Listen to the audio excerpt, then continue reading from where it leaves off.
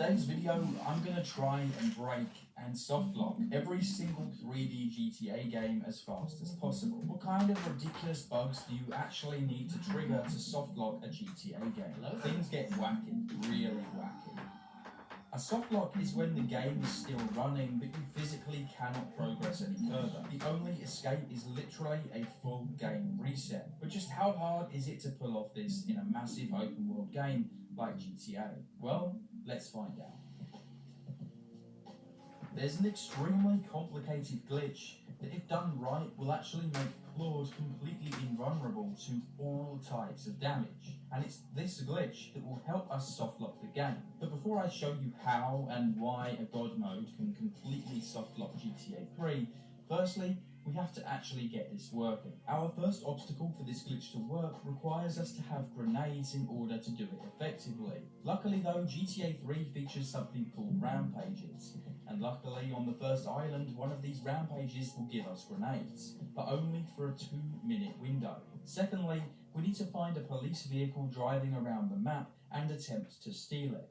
This will then cause the police officer to get out of the vehicle and attempt to bust us. We now need frame-perfect timing and a ton of luck. We need to throw a grenade at the cop car as soon as the cop exits the driver's seat. Once the grenade has been thrown, we then need to quickly enter the vehicle just as the cop enters a special busting animation, which is totally RFG based. Right at the frame, the explosion goes off. This will then disrupt the busted animation sequence, which will grant us invulnerability. Because for some reason, when being busted, the player is granted invulnerability until you are fully inside of a vehicle. If this explosion goes off just as we get this special busted animation, we still have those flags, but we're no longer inside of the vehicle. So, with this very simple task ahead of us, I decided to start a brand new game. I know a place on the edge of the red light district where we can lay low, but my hands are all messed up, so you better drive, brother. As soon as the game begins, before we can even think about doing this glitch, we have to first proceed to the safe house and complete the very first mission. This is because while on missions, we cannot pick up rampages, and even if we could, for some reason this opening mission doesn't allow us to get a wanted level for the first 2 in-game minutes. It's now time to quickly rush over and grab that rampage that's going to give us those grenades. This doesn't take long, and as soon as I've picked up the grenades, this is where the real panic begins to set in. We now have 2 minutes to find a police vehicle and complete this frame-perfect glitch. Luckily, I find a police vehicle just on time. I attempt to open the door, throw the grenade.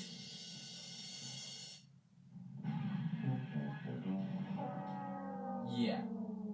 Unfortunately, I wish it was this easy. But in reality, doing this challenge took me well over 3 hours to complete. I think I must have reset the game well over 100 times trying to do this.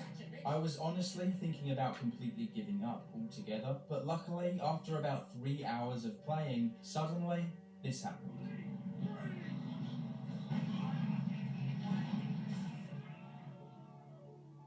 Claude is now completely invulnerable to all types of damage. So now what? How do we softlock GTA 3? Wouldn't you like to know, Weather Boy? Well, in GTA 3, if Claude jumps into the water, he will drown because he cannot swim. However, this glitch has now just granted us invulnerability, which means if we find the ocean and jump in theory we should entirely softlock the game since water will no longer drain our HP.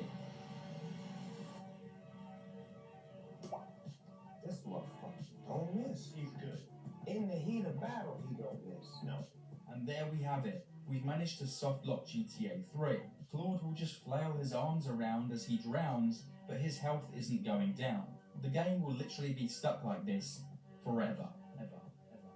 Time to move on then to GTA Vice City. And just wait and see how wacky GTA San Andreas gets later on. But first, allow me just a few moments to explain how I teamed up with OneState, today's sponsor, to bring you this video. So I've actually really been enjoying OneState. In OneState, you explore a giant city in a free roam world as you build your way up. And they weren't just NPCs. Actually spend what you earn in. You can own in as a referral in gap. Where were we? Oh yeah, Vice City. there's some good news and very bad news.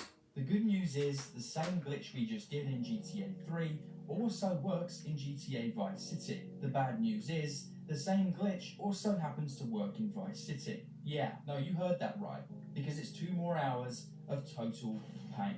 Don't worry, there's no need for explanation this time, and with the magic of editing, I can just show you how I finally got this to work. Vice City actually lets us get a wanted level from the very beginning of the game, unlike GTA 3 where we couldn't until we completed the first mission. So, as soon as the game begins, I rush my way over to the nearest location I know I can find a weapon, which is this shotgun at this bench right on Ocean Drive. From here, I then need to find a police vehicle, which luckily isn't too difficult. From here, I then need to block the police vehicle's path, set fire to the police vehicle, and lure the police officer away. Then I need to quickly try and enter the driver's side door while getting the special busted animation at the frame perfect time as the explosion.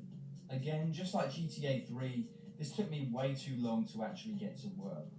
You see, originally Vice City was meant to be a DLC pack for GTA 3, so many of the glitches that occur in GTA 3 also happen in Vice City. But several hours went by, failure after failure, and yeah, I was close to a point where I was thinking about scrapping this entire video idea altogether once again. But then, I finally managed to get it to work.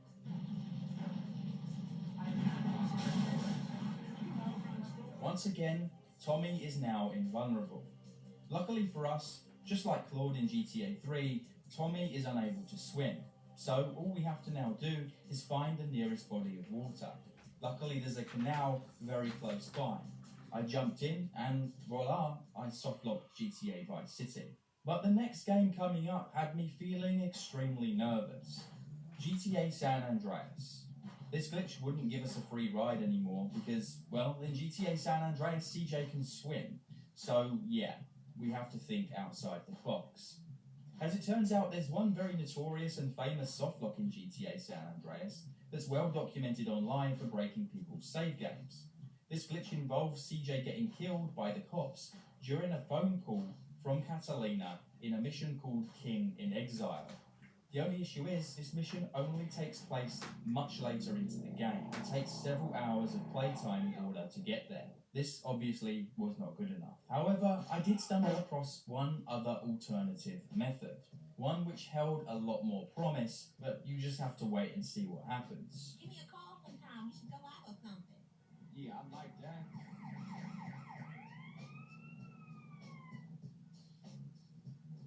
Okay, I'll catch you later, CJ.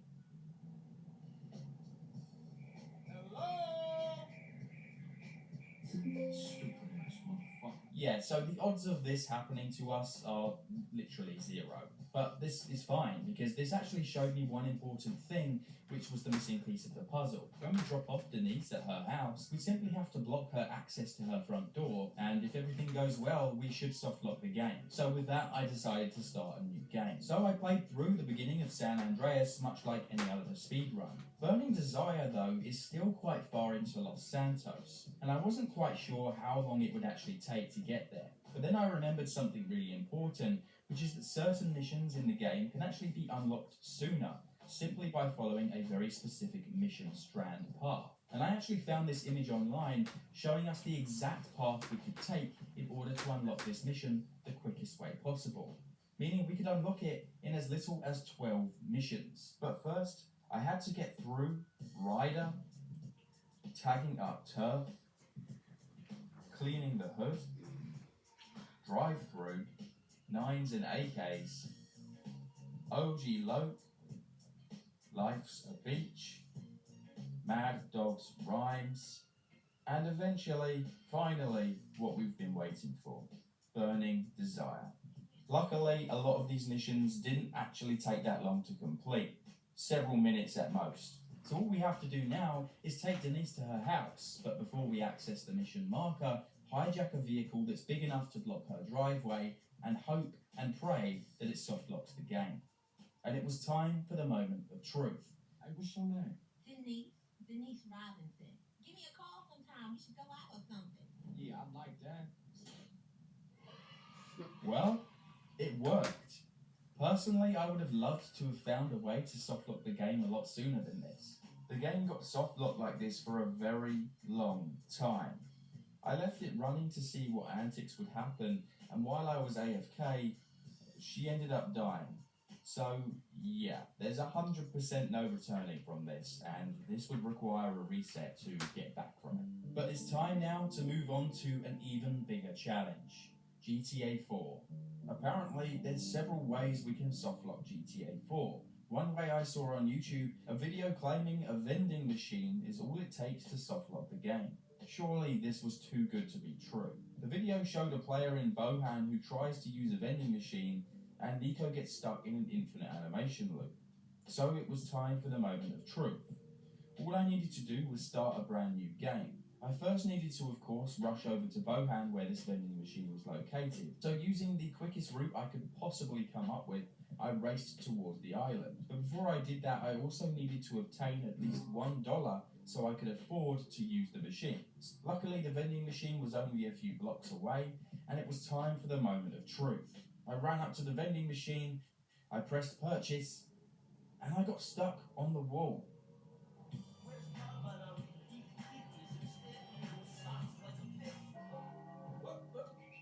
Oh, yeah, so it turns out you just have to move the analog stick and you can break the cycle. It's one thing drawing two-dimensionally with a pencil, which is great, that is creative. But don't worry, I did end up finding a way to softlock GTA 4. And how did I eventually manage to do it? It turns out, once again, this can be done in a Brucey mission titled Easy As Can Be. Yeah, it's the 22nd goddamn mission into the game. So it turns out that objects in GTA 4 are tied to what your FPS is in-game. And when Nico is supposed to be exiting the garage after dropping off the vehicle in the mission to Brucey's lockup, if you have a high enough FPS, the door shutter speed is tied to that FPS, meaning that it should close so fast that Nico isn't able to physically escape the garage.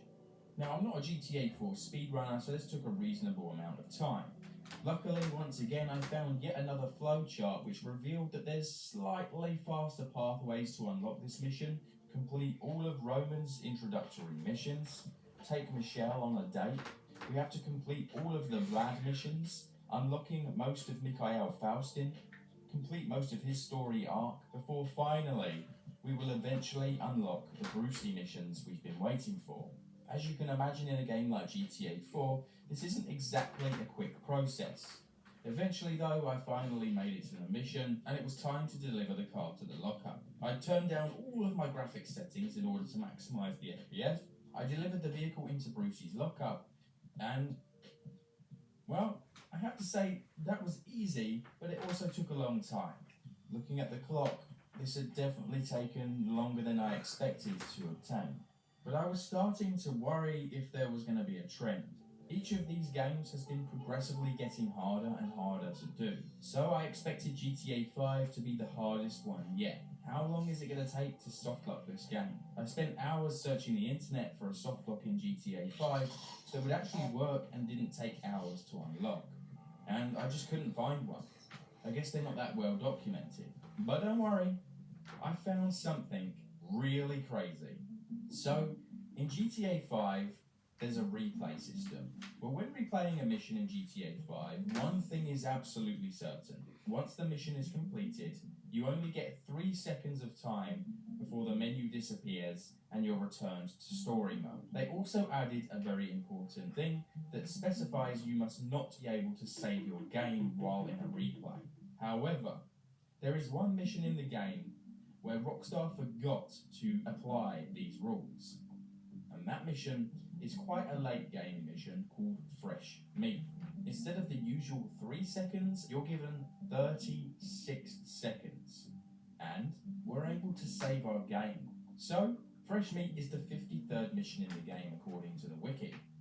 There's no way in hell that that's the quickest way to softlock the game. But what if I told you that this glitch directly affects the prologue? Meaning, if you do this glitch, technically the game starts from the very beginning again, meaning we wouldn't have to start the timer until the prologue begins, because, well, technically that's starting a new game, right? Well, what happens when this new game gets begun? Well, that you're definitely going to have to wait for, but trust me, things get interesting. Oh shit, here we go again. I've loaded up my GTA 5 save and replayed Fresh Meat. Once the mission is complete, we have 36 seconds, which is just enough time to go over to Michael's bed and save the game. And this completely breaks the save. From here, we can close the game down completely and reopen it. What happens when we load into this corrupted save? Well, this happens.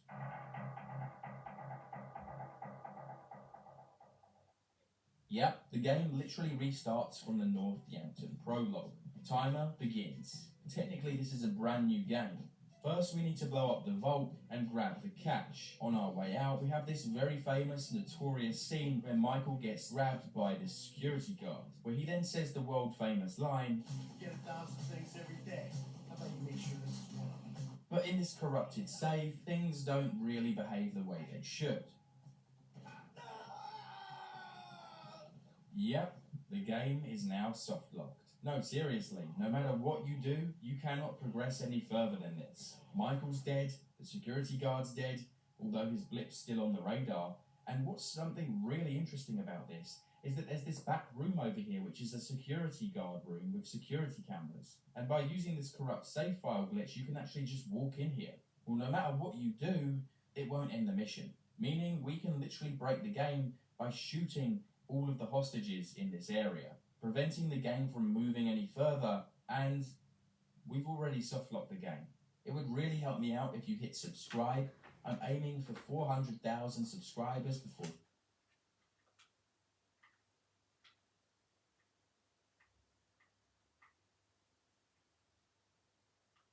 The ocean in Grand Theft Auto, easily the most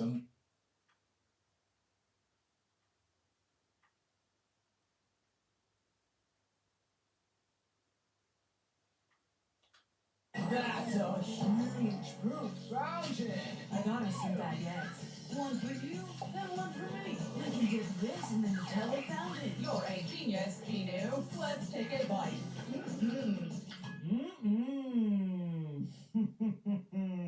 Literally, what? What is this? I'm at a loss for words. I'm watching Genu and the Squid Game boy doll eating covered baguettes. This is gonna be quite the interesting video. Anyways, what's going on, guys? Welcome back to another more Key Boy video. Today, we're checking back in on the channel known as Gotcha, because something pretty strange happened to me. You see, over this past week, Dumpy and I hung out with our friend Beto, who flew down from Texas, so we can film some real-life content for our podcast that we run known as the Slopcast. And while we were hanging out this one morning, we were at a restaurant getting some breakfast, and I was on my phone checking my Discord server, which you guys can join. It's linked down below in the description. But anyways, whenever I opened up my server and I looked in the general chat, I saw a message from somebody who was supposedly one of Gotcha's employees. This is the message I saw right here. It's from this person known as Visma, and they said, "Ask me anything. Hey guys, my name is Vismontas, sorry if I butchered your name, and I used to be one of the script writers in Gotcha. The video with Mom versus Stepmother, where Mom is a ghost, was my work." Which I believe the video he's talking about is this video here that I made titled, "Gotcha Keeps Getting Worse." See there, we got, yay, coma! Now, this video is over a year ago, so I don't really remember what happened in it. So yeah, that video was basically just about a mom who had, like, passed away, and her ghost tried to, like, take care of her daughter. It was a very strange concept of a video, and that was one of my first Gotcha videos that, like, actually got a lot of views. Anyways, though, going further in Visma's message here, we can see that they said, "When we found this channel, it went viral throughout the entire office, and the majority of people loved it." Which, honestly, bro, that's awesome. So you're telling me the employees at Gotcha, you know, they have like a huge office, tons of script writers, they got sets going on and stuff. They were all probably walking around talking about the Key Boy video. Like, what? That's actually so funny to me to know that they're aware of my videos. And guys, I've made so many videos on Gacha. It's one of the longest lasting series I have. Series sort of ended on my main channel, and now it's more over here on my second channel. But I've been doing it for over a year, and you guys really love them. So to see that the team behind these videos actually also like them is awesome, because my whole entire intention with these videos isn't to absolutely sit here and roast people and be like, this is horrible content. It's to make you guys laugh. And I think Gacha is like the perfect channel to do commentary on and react to stuff, because like their stuff is so absurd that there's like just so many jokes and stuff that you can say about it, and it just makes for an awesome video. So honestly, yes, I know Gacha's a content farm, but my videos wouldn't be possible without them. So still, shout out to Gacha. Also, they could have been like mean about this and try to like copyright my videos and stuff. Like, knowing that they're aware of me, I definitely respect them more, knowing that they saw my videos and were like, oh my god, we have to put a stop to this. Instead, you know, they saw the entertainment aspect of them. Anyways, though, Visma then continues on to say, if you'd like to talk about it more without disclosing sensitive information, let's chat. Ask me anything. And I replied to them, is this real? Because I just didn't believe it was real. Like, it seemed kind of absurd. But the more I thought about it, like, why would someone random join my server and pretend like they're a Gacha script writer? Like, that just doesn't really make sense to me. So I pretty much believe it. And they also say some other things in future messages that further my belief as well. I really do think that Visma here is a real previous Gacha employee. I mean, they even responded here and said, it's real, I promise you. So, like, surely it's true, right? I really do think it is, by the way. I know I said that kind of sarcastically, but anyways, a little bit of a longer intro there. That being said, let's get right into that Gacha video that we saw at the start there. And then later, we're gonna check out the rest of the messages from Visma. I asked them a few questions, and they actually responded, and we have some intel about who runs Gacha and all the little itty-bitty secrets behind it. So guys, stay tuned for those messages. Like the video right now for nothing. Thank you. And anyways, let's just get right into this.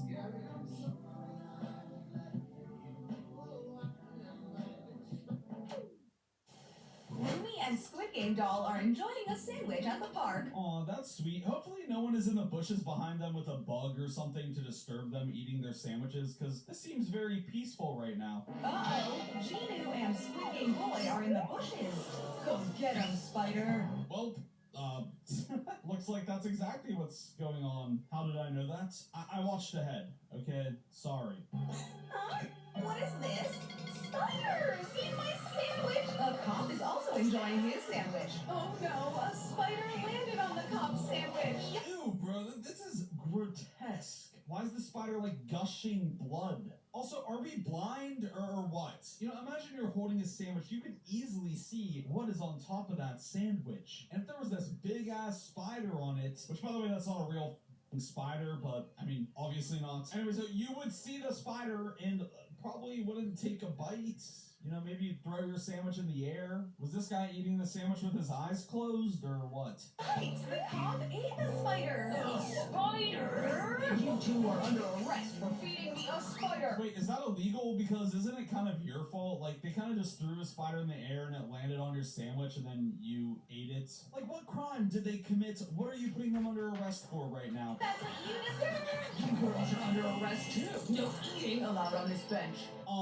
That's a little bit extreme. They're getting arrested for eating on a bench, which, I mean, that's an obscure rule, but if there was a sign that said no eating on a bench and you were eating on that bench, you wouldn't get arrested for violating the sign. You'd maybe get a little fine, maybe trespassed at the most. This cop needs to get arrested for falsely arresting people. This is your cell. You'll be spending a lot of time here, so get used to it. This is a pretty small cell. Yeah, and also, it's a wide cell. Like, you could just squeeze between the bars here. This is not trapping you, like, at all, like, as a jail cell should. Also, is that AI art in the background on their wall? Which actually, I think I took a picture of it, so maybe we can throw it up on the screen, but I recently stayed at a Hilton hotel, and in the elevator, they had a fully AI-generated poster hung up in it. Actually, you know, there was 3 elevators, and in every elevator, they had the same AI-generated poster hung up, talking about the hotel, and, like,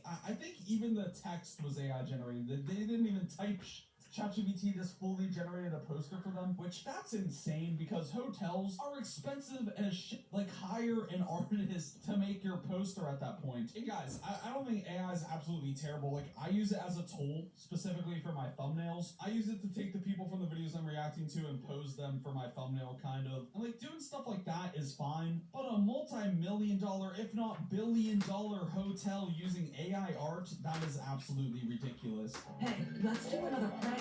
Let me just pull out the giant cockroach. Yeah, just let him pull that out. Like, what the f? He just stores a giant cockroach inside of his throat. Very convenient, I guess, for if you ever get to prison. Why does... Okay, no more questions, honestly. Why am I even questioning this? It's a gotcha video, okay? You gotta expect the unexpected. Let's put it on the girls. Cockroach is in place. Ew! Get this cockroach off me! Ew! This is like the least secure prison ever. They just walked right out of their cell. They should all just walk out of here and leave. Like, what? Leave faces. Let's just stay in this other cell. Am I getting rage baited? They literally just walked into the cell. Walk out of the cell. It's a 4v1 with this cop. Knock him out with the chair. Maybe the computer monitor that's sitting right there, you could use that too. And leave the prison. What do you mean? Oh, maybe we'll just stand in this cell instead. Maybe leave. Maybe escape. This cell is kind of dirty. So many cobwebs. Yeah, even the toilet is gross. Yeah, what is up with the toilet? Why does it look like a cosmic brownie? We can't live like this. Any ideas on what...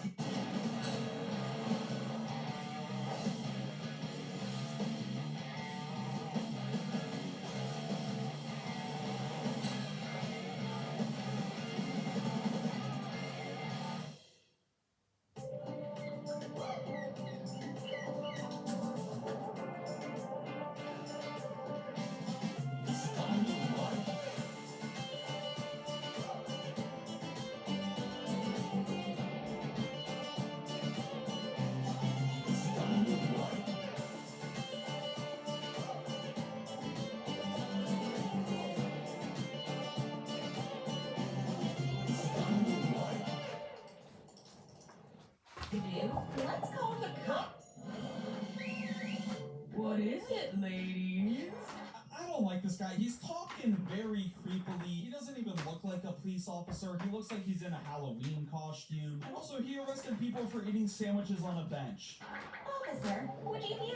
What's going on here? Is he getting rizzy right now? Like, what the f...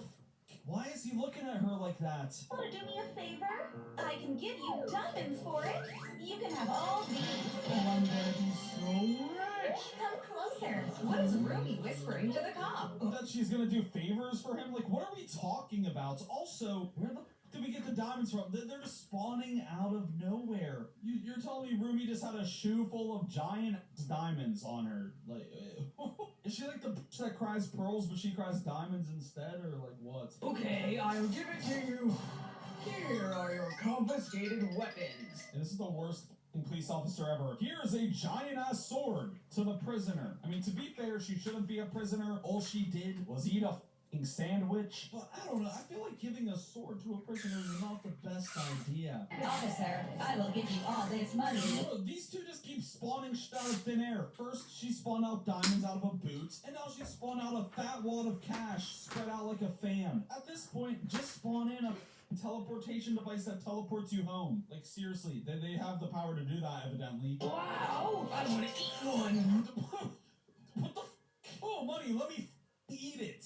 These scriptwriters are literally on drugs. I guarantee it, bro. And you know what? I could actually figure out if that's true right now because I have a connection to one of the scriptwriters for this weird channel. And he actually addressed that whenever I was talking to him. So let's go back and see what he said. So after he said, you know, it's real, I promise you, he followed it up with this message here. Visma said, I can tell some information on it. Gotcha is one of the plenty projects created by Lithuanian company Board Panda, which I looked into it, and Board Panda is basically like another version of BuzzFeed. But not only do they make articles and quizzes like BuzzFeed does, they also run a ton of YouTube channels, totaling over 200 million subscribers between all of their channels and 62 billion views. Gotcha being one of many of their channels. Anyways, Visma continued on to say, everything is filmed in the studio in Vilnius, Lithuania. Everyone but narrator are Lithuanians. So that means the scriptwriters, the actors, and everyone are Lithuanian, aka they don't speak English. So I'm guessing sometimes why stuff is so absurd is because it's like poorly translated, perhaps. I'm not sure though. Maybe they also speak English. Anyways, he continues, every single person knows what they are making and for what audience. And that right there is very telling. So that shows these scriptwriters know, oh, this is gonna make people be like, what the is going on. They know that people are going to perceive them as doing drugs, basically, I'm guessing. I mean, that's how I look at gacha videos anyways. I mean, to be fair, gacha videos are made for a younger audience, so maybe that's also what they mean is, you know, we know that these videos are for kids, so, you know, all that. Anyways, he continues on, unless few people didn't feel like, I don't know, because when I got Keyboy channel viral in the studio, some supervisors were concerned that everyone will feel down, sad, and tried to motivate. It's just one person's opinion. But in reality, everyone was ecstatic. Every single video about gacha was received with such a joy. So that is very interesting and absolutely hilarious to me. So breaking this down a bit, it seems like the higher-ups, like the very corporate people in gacha, were concerned because I was calling their videos absolutely insane. I was making fun of them. Again, all in good fun, but it seems like the higher-ups may have been concerned that my words would demotivate people and make them feel bad about the content they're making, which again wasn't my intention whatsoever, and I'm very glad to see that, like this person said, everyone was ecstatic about every single gacha video I made. So it seems like they found them very entertaining, which literally is the intention of my videos. So let's go. W for me, that feels really good to know. And also, it seems like this Visma person is the one who discovered the Keyboy videos, like told other people in the studio about it, and then it seems like it kind of went viral in the studio and everyone watched the Keyboy videos. So like, that's just epic. I wish there was like security camera footage of like people watching my videos. I just want to see them react to it. That would be awesome. Also, Visma, if you're watching this, I know you said you don't work with them anymore, but if there's any way you have like contact with another scriptwriter or something, you gotta get someone in one of these gacha videos to like maybe name drop me or like have a Patrick type character or something like that, or a character that looks like me, just to like show like gacha knows who I am. That would be absolutely hilarious and would make a great video. So I don't know if that's possible. We need to make that happen. Anyways though, I responded to that message that Visma said and said, that's awesome. The intention with the videos is humor, so I'm glad most of the team enjoyed. If you have any other funny details, let me know and maybe I'll mention it on the More Keyboy channel. And well, that's what I'm doing right now. I'm on the More Keyboy channel talking about these messages, and Visma did respond one last time with this message here. He said, I'm not sure what would be interesting for you. You can ask. No drugs were involved during the writing process, I can assure you. Now the messages are slightly broken English. I will say it is still good English though, and that is of course because he's a Lithuanian, I'm guessing. But that statement right there alone shows that they watched like the entirety of my videos, because how would they know that I say, oh, these scriptwriters are on drugs or like whatever? That's good to know though. Now if I ever say the scriptwriters must be on drugs, right? I guess the answer is no, they weren't. They're just insane, perhaps. I'm just kidding, of course. Honestly, the scriptwriters have to be very creative if they're doing that without drugs. He then continues on to say, with mom versus stepmom particularly, like other ideas was assigned to me, but after I wrote the script, I got a note from the upper level, let's do the twist, mom is dead. And I was, what the that went morbid way too quick. So again, we can play another clip of like my reaction to that. Oh, what is wrong with this person? She's a psycho. And also, I'll link the original video he's talking about here down below in the description so you guys can watch that so you like get the context or whatever. But it seems like the higher ups are the ones who get like the more like morbid, insane things in these scripts. Like this guy wanted to just have a little like mom versus stepmom challenge video or something, and the higher ups were like, let's make the mom dead. Like, what? And then he continues on to say, and that doctor possession was a very first idea of mine, but I wanted for actress to not change. It should have been a doctor possessed by a ghost, and then after a while, the ghost's head goes out of the doctor's head to show the kid it's her. But I guess either the doctor's actress couldn't be that way, or it was too much for a post-production, or for general morbidness. Again, seems like they like to tweak the scripts and make them more crazy. Like, this guy just, like, probably wrote kind of a normal script, and the higher-ups at Gacha Gacha just like drug induce the script, it seems like, or make it like more insane. Like, how can we level this up to make it absolutely absurd to watch, basically? Anyways, he concludes all of his messages by saying, in general, while I was working there, after every workday, I felt I wanted to do something smart, not mind-numbing things like with other jobs. So I was watching a lot of Lithuanian parliament meetings, politics, but there were too many dumb things happening. So it seems like Visma here actually left Gacha because like writing the scripts was too mind-numbing for him, I guess, or maybe it was just the type of content he was doing, which also that's just kind of hilarious in retrospect. But there it is. Yeah, Gacha knows about the Keyboy channel. They've seen multiple of my videos, and my videos have gone viral in their studio. I don't even know what to say. That is insane to me. This is absolutely hilarious. Shout out Visma. Hopefully he doesn't get sued for dropping all of this info. It seems like he kept it pretty safe, you know, like he didn't leak too much information. That being said though, I know the reaction to the actual Gacha video was pretty short, but mostly I wanted to go over these messages. With that being said, guys, go down below and make sure that you are subscribed. If you aren't, then subscribe, because we're getting super close to 50,000 subscribers, and I'd really appreciate it if you can help me reach that goal. Anyways, thank you guys so much for the support recently. I hope you have a great rest of your day, night, whatever it is, wherever you are. Shout out to Gacha, shout out to Visma, shout out to Sean the editor, and bye.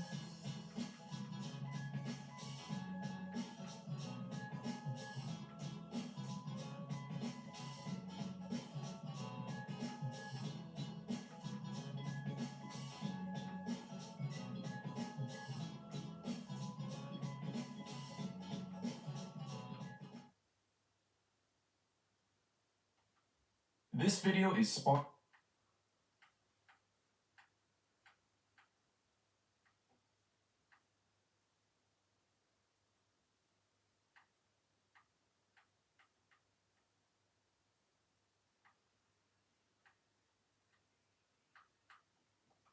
Have you ever played Five Nights at Freddy's? What about Security Breach?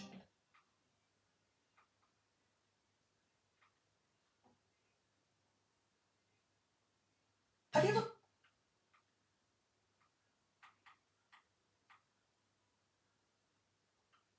Talk time is... FNAF knockoffs somehow got worse. I don't know how this keeps happening. Last video, I spent an hour of my life playing what I thought was some of the worst FNAF knockoffs of all time. But little did I know, I hadn't even scratched the surface. It turns out, this website wasn't filled with just a few FNAF games here and there. No, it's got an entire catalogue. So I thought, hey, why not check some more out? And you know what? We're starting with Survive Among Animatronics. Is that Pomni and Freddy? What the hell? What? Is that Freddy over there? Hold on. Look at them! There's so many, bro! Oh my god! This is like, what, level 1? Why is there so many of them around me? Look at them! Chica has a katana! Wait, did I just get an AR? I just got an assault rifle! Oh my god! He went flying! Look how far he goes when he dies! There's so many! I was playing as Pomni. You win. You destroyed 19 animatronics. Nice. Is that Toy Bonnie? And Toy Bonnie has a baseball bat, of course. Okay, we have to gun him down. I killed a random Freddy in the back. I saw him fly over. Look at the way they stretch when you kill them. Look at Chica right now. Whoa! Watch his trick shot. Should we do a 360? Okay, that was terrible. Look at Freddy. Look at him running at me. Look at him. That's actually kind of scary. Imagine like you just turn around and see that. I mean, if we didn't have this AK, I'd just be running from them. Oh my god, he got folded. Bonnie went flying! Is that a rocket launcher? Oh my god! We gotta get a bunch of them in like a group together and then just blow them up. Okay, right there. I see a couple Freddys. Oh my god! You're gonna be our second test subject, Bonnie. What? I don't even see. Oh, there he is! Chica, you're going out the map. I win. Oh, there's Foxy. He is so depressed. He looks depressed. Look at his eyes. I'll put you out of your misery, man. I need that rocket launcher again. That was fun. Do I get it after killing a certain amount of animatronics, maybe? Can I get on top of these? No, the whole thing just breaks. Why am I trying to look for strats for this game? I wonder where the meta is. Where is the rocket launcher? Oh my god. Look how many... There are so many of them! There are so many in this one, and they're all just running at me. Oh my god, I hate the way their heads like turn. Look at this! They just oh, look at that! They just stare at me. Foxy's literally out of the map. Dude, I really want to know where that rocket launcher is. It was so fun to use. Do you know what? Last thing I'm going to do on this game, I'm not going to kill any of them and see how many spawn. Because I've run past a lot of animatronics this round. If I turn around, I feel like this is going to be a massive... And you know what else is massive? Okay, there's 1, 2, 4, 5, 6, 7, 8, 9, 10. 11. Wait, I can't count. If I had the rocket launcher right now, that would be insane. I found it. I actually found it. Wait, I need them to group up. They're all together. I'm gonna shoot. Oh! Surely I killed like 100 animatronics then. Are you guys just the stragglers? You the only ones left? I'll just kill you guys. Bro, that was kind of fun. Before we carry on, I finally made a Discord server. Yeah, I'm not joking, and you can join it right now using the link in the description. When new content drops, members of the server with the Ghost Place ping roll will be notified immediately and get to check it out before anyone else. Also, the more you talk in the server, the faster you'll fly through the ranks. Rank 1 being Ghost Place Enjoyer, but if you can somehow make it to rank 100, you'll unlock... Please don't spam. So click the link below and join the Discord. But with that, let's carry on. Creepy night at Freddy's. Oh, wait. Is that Freddy over there? He's just sat down. Why is he just sat in the corner? Faz wrenches collected, 0 out of 15. We have to collect Faz wrenches, and then we leave once we've got the Faz wrenches. Okay, but I guess Freddy's gonna try and stop us, probably. Where are the Faz wrenches? What do the Faz wrenches look like? That's my only question. Oh, wait, there's one. I see one. I thought I just saw him. I genuinely thought I just saw Freddy. I hear something. It's getting louder. Ah! Oh my god! How fast is he? I don't know how fast he is. I can hear him behind me. Oh, look at him! Look how fast he runs. What if I do this? Ready? Ready for this move? I'm gonna go backwards. Watch. Ah! I couldn't do anything. Am I gonna have to watch an ad to respawn? Can I please respawn? Can I respawn? That was scary. So the music was Freddy. Do the fast wrenches stay in the same place? Why is he there? Faz wrench, no. Faz wrench, no. Why is there always no Faz wrenches near me? There's a bunch near Freddy. What? Oh, it's Golden Freddy again. Oh my god, there's like actually no way. How can he see me? How does he know where I am? How do you know? Freddy, how do you know where I am? Escape from FNAF and Granny. Is that Roblox? I don't know what any of that said. Oh, I think we chose the right one. I think we chose the FNAF one. That's good. There's a Golden Freddy here. Can I walk through? Oh, and now did that turn that off? What can I say? And we can go through. Okay. Ah! I actually got scared. That genuinely scared me. You could see the way my mouse like moved. Did you see me then? Roller replay. I genuinely jumped.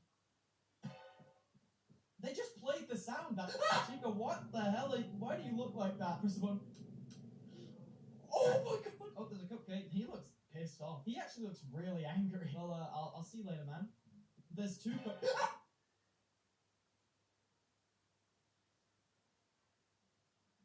Just do it. Something's gonna happen. It's a long walk. Something will happen. Strap in for a new era of F1 and all the off-track drama on Netflix. Plus, top entertainment from Sky. Get a podium-worthy lineup.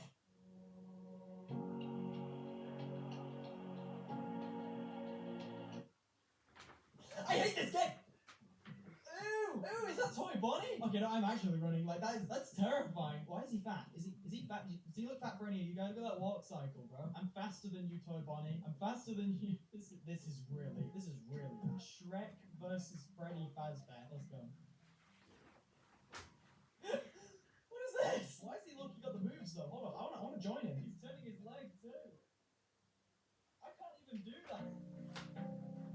Oh my god, wait, why is this cool? Is that a lightsaber? Oh, it does a katana.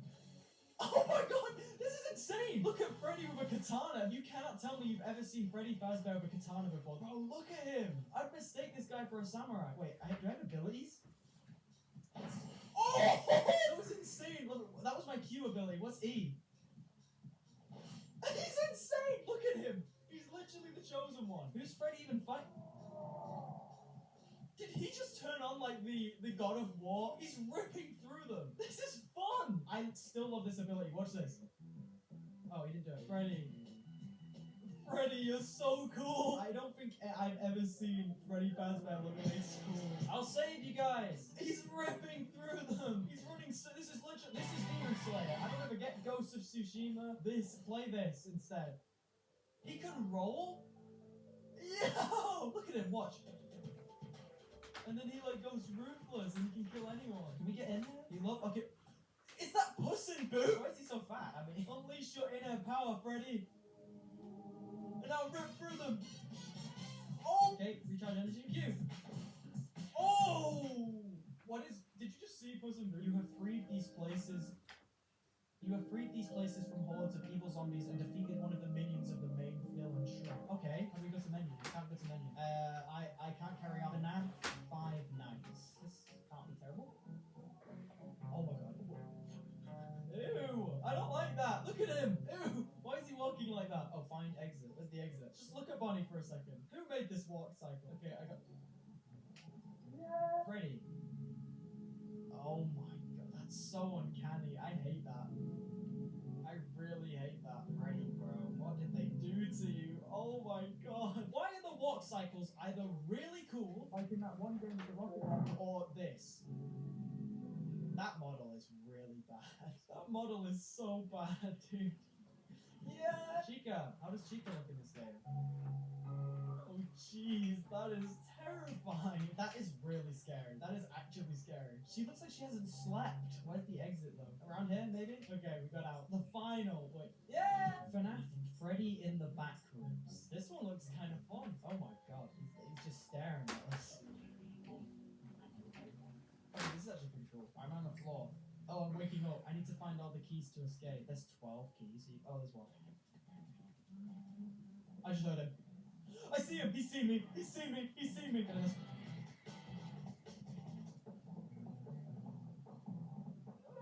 You don't know where I am. And he's gone. I'm just too good. Okay. Did the camera just alert him? It's just alerted him. Okay. Close it up, close it up, close it up.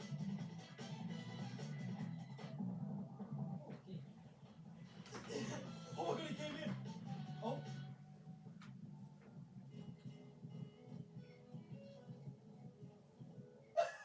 He just left. He's just gone. He just left. The way he just strolled out like happy. Why is it red over here? Oh my god. Please, Freddy, please. I'm back in here. I'm back in here. He won't find me.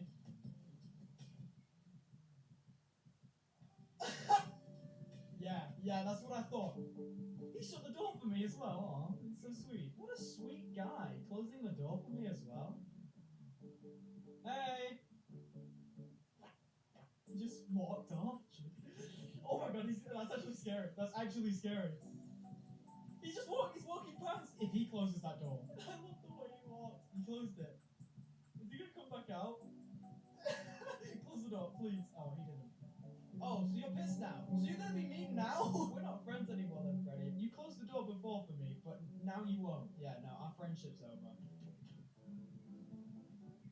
Woo! Just stroll on by, Freddy. Just go past.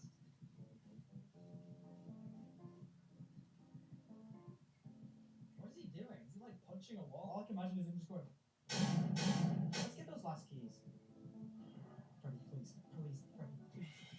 That was so funny! Is he dabbing? What is this death screen? Just go back, Freddy. It's fine. I wonder if I get in too late and he'll just like open the locker. Oh my god, oh my god, oh my god. Yep. There he goes. Yep. Please close the door on your way out. Thank you. Just walk away. Just walk away. Just walk away. Just walk away. Just walk away. Just go away. Just go away, Freddy. Thank you. No, the camera. Wait. Oh, he lost me. He didn't lose me. He did not lose me. He did not lose me. Please don't pull me out. He pulled me up. I'll try it one more time. Okay, make it to 8 again. I don't actually know where the others are. I found the key as well.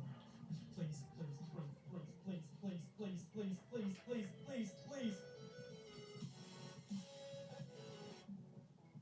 is he doing? No, is he broken? Please don't be broken. I have all 12. It says escape. So if I get out now, is he gonna get me?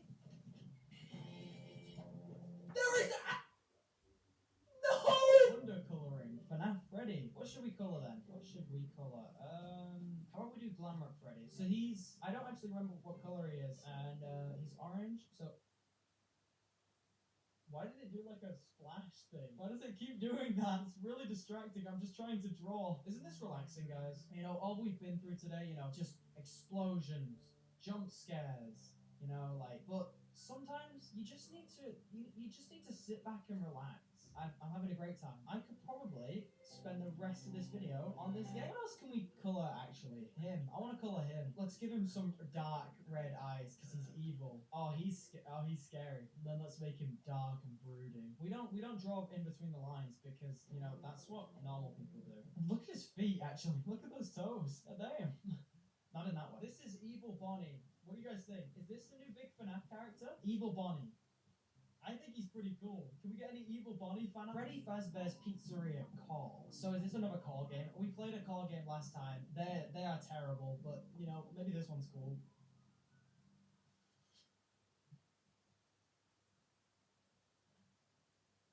They are all so bad.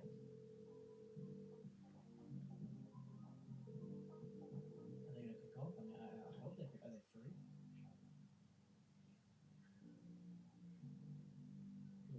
What was that? Was that it? It's done.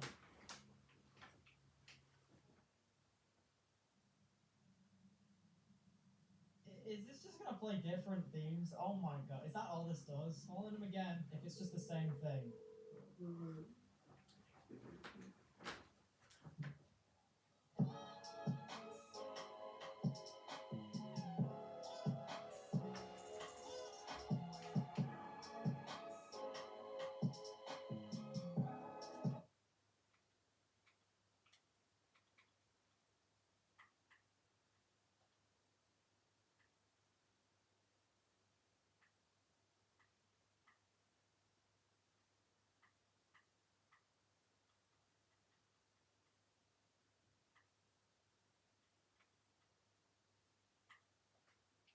Ice bag.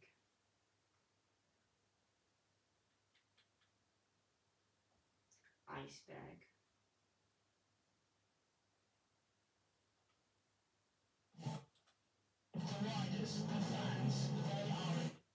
Three episodes, hundreds of entries. The internet is absolutely massive. Billions of pages, videos, and posts all floating on the surface. But underneath, there's another layer, a stranger, darker one. Today, we're diving into the dark side of the internet iceberg, a list of forgotten crimes, digital mysteries, haunted and lost media, and real-world horrors buried in the web's darkest corners. Some of these entries are downright disturbing, while others are just plain unusual and bizarre. And this is just part one of the iceberg, so videos are going to get a lot weirder as the series progresses. Right before we get started, I just want to say, if you haven't already, make sure to join our Discord server. The link is down in the description. But I won't waste any more of your time. This is the dark side of the internet iceberg, explained. Cicada 3301. Cicada 3301 is an anonymous organization that became known for posting 3 internet-based puzzles on January 4th each year from 2012 to 2014, primarily on 4chan.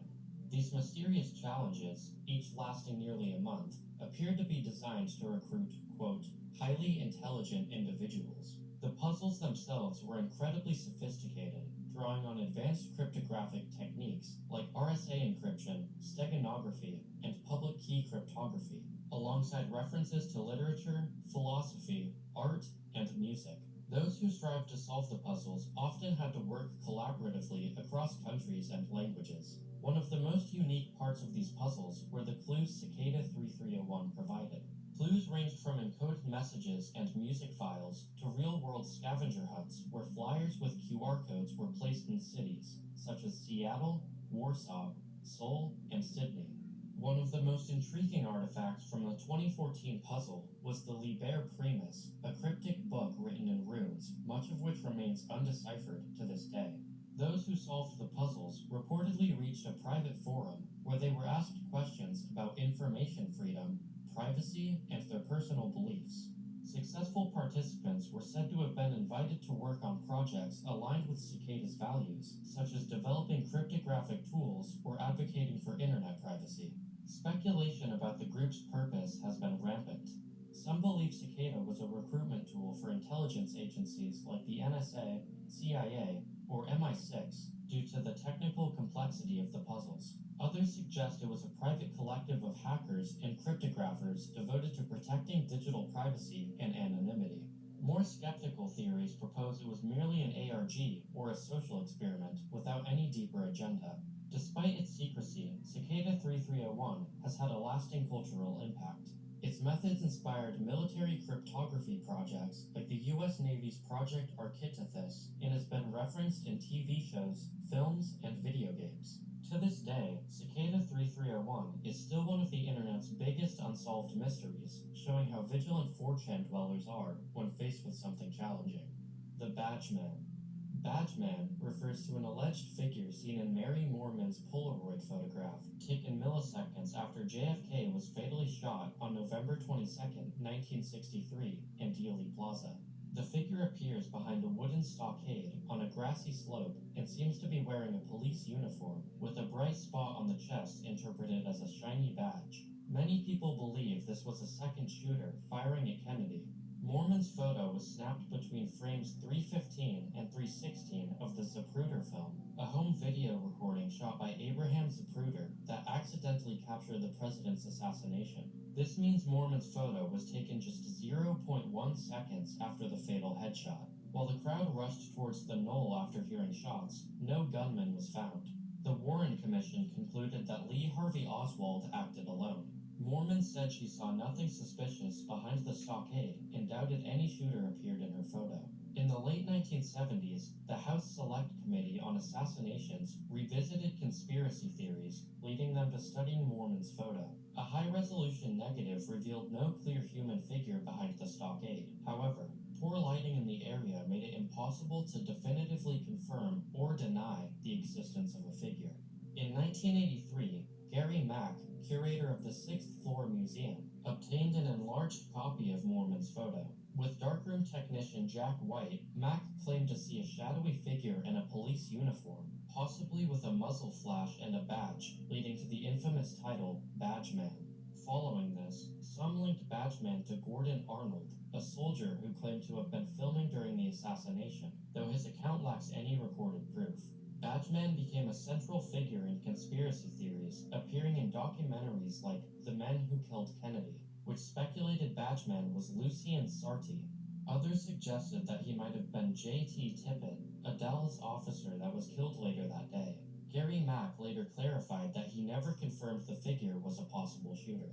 Most photographic experts dismissed the Badge Man theory. Analysts from multiple college laboratories concluded the photo's resolution is too poor for reliable identification. Photogrammetry expert Dale K. Myers argued the figure's position made a shot impossible due to obstructions. He also suggested the bright spot could be sunlight reflecting off a soda can, an idea supported by other photos showing a Coke bottle on the pergola wall. No other assassination photos or films show a figure, and witnesses like Zapruder and Lee Bowers never reported seeing a man behind the fence. Badge Man remains a speculative theory fueled by a single ambiguous photo. Though popular in conspiracy circles, it lacks corroboration from witnesses, other images, or any physical evidence. Most experts consider far more plausible explanations, like reflections or background objects. The Dyatlov Pass Incident. In February 1959, a group of 9 Soviet hikers set out on a skiing and mountaineering expedition into the remote northern Urals. Led by 23-year-old Igor Dyatlov, the group were experienced and well prepared for the harsh conditions. Their plan was to reach Atortin, a mountain 10 kilometers north, but during their hike, something went terribly wrong. Weeks later, rescuers discovered their campsite and bodies under circumstances so bizarre, they've puzzled the world for over 60 years. When search teams found the campsite, the first shock was the tent. It had been cut open from the inside, as if the group had panicked and fled without bothering to unzip it. There were scattered footprints leading away from the tent into the snow. It was also noted that the footsteps indicated that the group was barefoot or wearing socks. They stretched for about 1.5 kilometers before disappearing into the thick snow. The first two bodies, those of Yuri Krivonishenko and Yuri Doroshenko, were found near a tree line, dressed only in their underwear and lying by a small fire. Their hands were badly burned, suggesting that they had tried desperately to stay warm. 3 more bodies were found between the tent and the tree line. Dyatlov himself, Zina Kolmogorova, and Rustem Slobodin. All 3 appeared to have died of hypothermia, but Slobodin had fractured his skull, which investigators determined wasn't immediately fatal. It took 2 more months for the remaining hikers to be found in a ravine further into the woods. These bodies were in even stranger condition. Nikolai Tabo-Brignolel's skull was severely crushed. Lyudmila Dubinina and Semyon Zolotaryov had massive chest injuries, with no external bruises, which doctors noted was similar to a brutal car crash. Dubinina was also missing her tongue, eyes, and part of her lips. Oddly enough, traces of radiation were detected on some of their clothing. Soviet investigators closed the case with the vague conclusion that the group had died because of, quote, a compelling natural force. This closure of the case left people with more questions than answers. Why did they flee their shelter half-dressed into a lethal cold? What caused such violent injuries with no outward trauma? Over the years, a variety of theories have been raised. One popular explanation is an avalanche. Perhaps a slab of snow broke off and threatened to bury the tent, prompting the group to escape in haste. This was the conclusion that Russian authorities reached when the case was reopened in 2019. But critics argue that an avalanche doesn't fit all the evidence. For example, there were no signs of snow accumulation on the tent, and the hikers wouldn't have fled so far without trying to recover supplies. Another theory presented is infrasound, caused by wind patterns hitting the mountain and generating low-frequency sounds that induce panic and disorientation.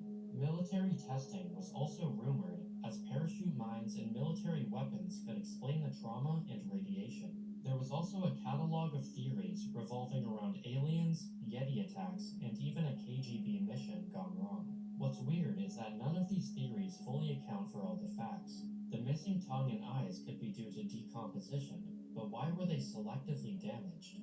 The burned hands, the careful attempt to build a fire, the possibility of a fight for clothing among the group. These details suggest a night of sheer terror and desperation. Today, the Dyatlov Pass incident has become a cultural phenomenon. It's inspired books, documentaries, and films, each trying to offer a definitive answer to what happened on that dreadful hike. But as time passes and evidence becomes harder to obtain, the mystery only deepens. What drove 9 seasoned hikers to cut open their tent and run into a deadly blizzard? Was it nature, human error, or something far stranger? Henry Lee Lucas. Henry Lee Lucas, also known as the Confession Killer, was a convicted murderer. He was convicted of murdering his mother in 1960, as well as 2 others in 1983. While he was imprisoned for these crimes, he became infamous throughout the United States for the massive amount of other crimes that he confessed to Texas Rangers and other law enforcement officials. He would go on to confess to approximately 600 other violent crimes, with many of his statements being used to officially close murders and unsolved crimes that were previously thought to be cold cases. An investigation by journalists from Dallas newspapers later revealed that it was impossible for Henry to have committed many of the murders that he had confessed to. Texas Rangers defended their work, but a subsequent investigation by the Attorney General of Texas concluded that Henry had completely fabricated most, if not all, of his confessions while imprisoned. Henry would later admit that his confessions were mostly hoaxes, with the exception of the murder of his mother. He was convicted of murdering 9 others beyond his initial sentencing, and would be given the death penalty, which was later commuted to life imprisonment. Henry Lee Lucas died at the age of 64 while in prison in Huntsville, Texas, with the official cause of death being congestive heart failure. Malaysia Airlines Flight 370. Malaysia Airlines Flight 370 was a passenger flight that seemingly vanished while flying from Kuala Lumpur Airport to its planned destination, Beijing Capital International Airport in China. The flight completely vanished from surveillance radar minutes after the flight's final verbal communication, when the transponder aboard the aircraft, required for radar observation, suddenly stopped functioning. While air traffic control's radar was unable to see the aircraft, the Malaysian military's primary radar system tracked the flight for about another hour, where it was seen making extremely odd movements that deviated from the intended flight path. At the time the transponder stopped functioning, the Malaysian military's radar showed Flight 370 making a subtle right turn before it began a prolonged and extremely sharp turn to the left and continued to fly southwest. The flight flew back over the Malaysian peninsula and then turned right near the Penang Island. It maintained this path northwest before it extended out of the radar's coverage, completely vanishing. In this time, information from radar technology showed that the aircraft experienced extreme altitude fluctuations, when at one point it exceeded its maximum operating altitude by over 15,000 feet before it made a 50,000 feet nosedive in less than a minute. Neither the crew nor the aircraft's communication systems relayed a distress signal, indications of bad weather, or technical problems before the aircraft vanished from radar screens. 4 hours later, after various air traffic control groups exchanged communication and attempted to ascertain Flight 370's position, the watch supervisor at Kuala Lumpur Area Control Center activated the Kuala Lumpur Aeronautical Rescue Coordination Center, marking the beginning of the search and rescue operation.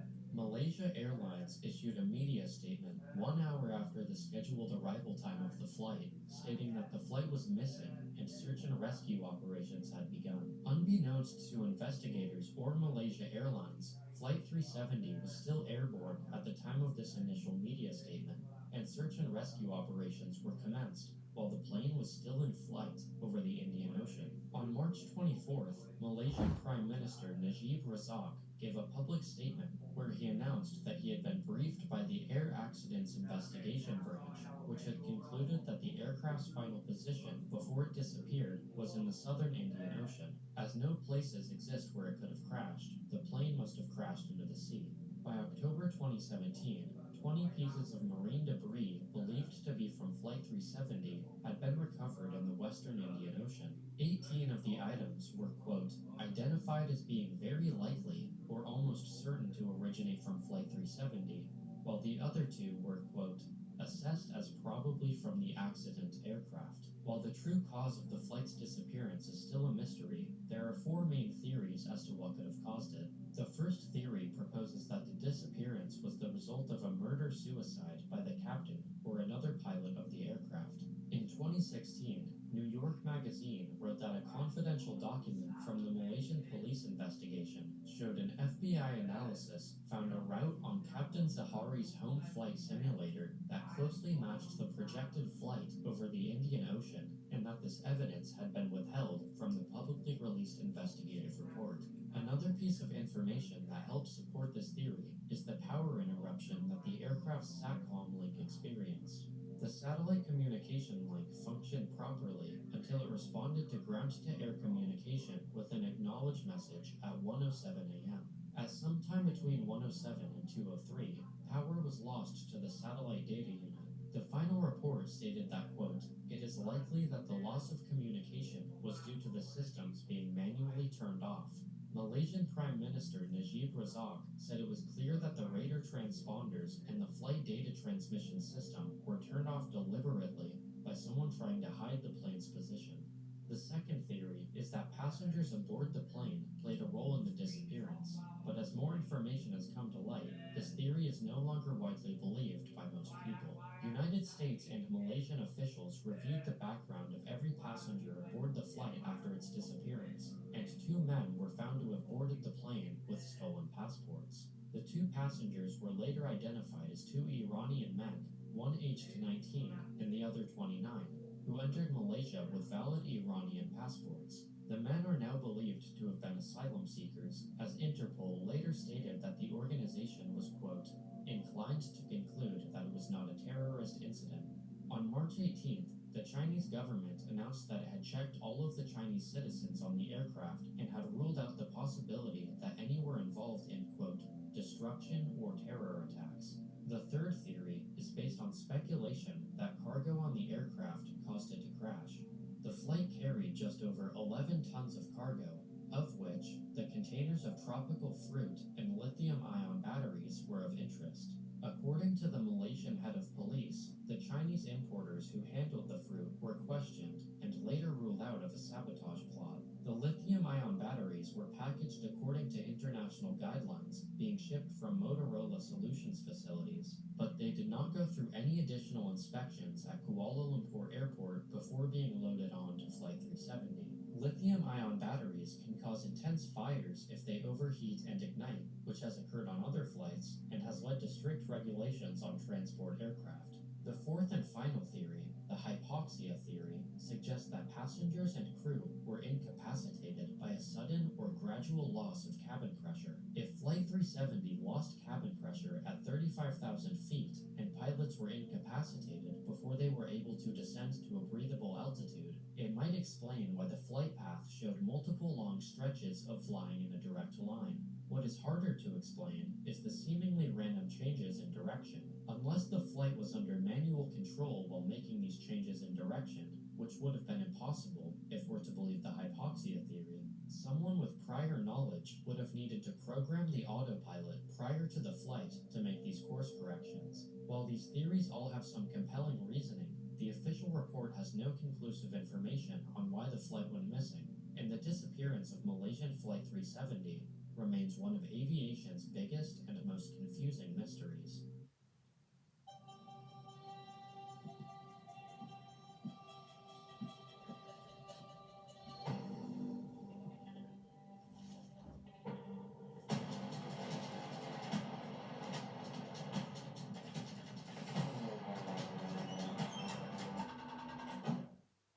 Pension Bee customer for about 3 years now. I had 7 pension funds from previous workplaces that I was able to transfer those into one simple plan. The process was really quick and really easy. It's so reassuring knowing that there's a personal beekeeper there should I need any help, but honestly I haven't needed to because the site is so easy to navigate and it's really simple. When your pension is in a good place, you're in a good place. Pension Bee. Pentagon UFO videos. In December 2017, the New York Times published 2 Navy videos from 2004 and 2015, codenamed Fleur and Gimbal. Unlike typical shaky amateur footage, these were official Department of Defense recordings, complete with cockpit displays and audio of pilots expressing confusion over what they were witnessing. The release of these videos quickly sparked widespread media attention and public fascination. The footage was brought to light by former Pentagon officials Christopher Mellon and Luis Elizondo.